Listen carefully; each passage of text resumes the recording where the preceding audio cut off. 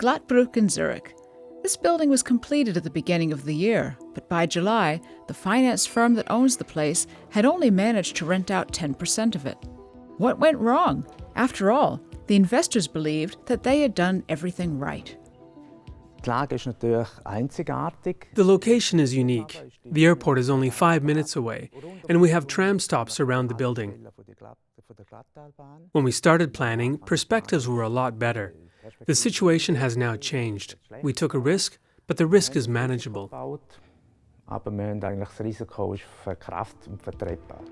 Despite empty buildings like this one, building continues.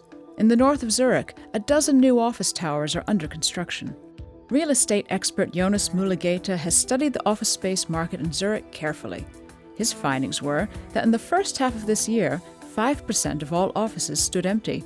This isn't much compared to other countries, but enough to worry investors in Switzerland.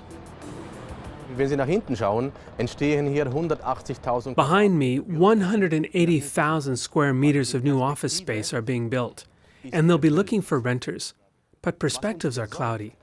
What worries us is that we can't see businesses wanting to expand their space.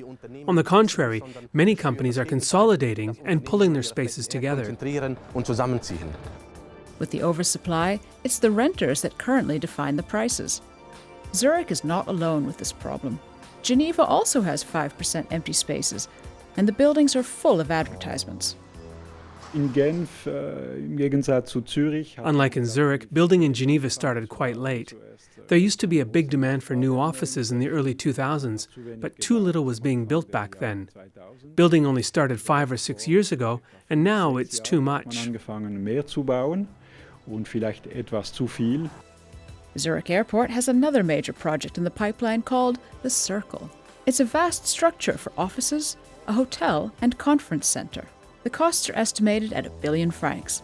The final decision to go ahead with the project was only made in December, and work will get underway next year. Again, might this one not come a bit too late? The good locations will always win, and we have a good location. For this location, it's not too late. The first phase of constructing the Circle will end in 2018.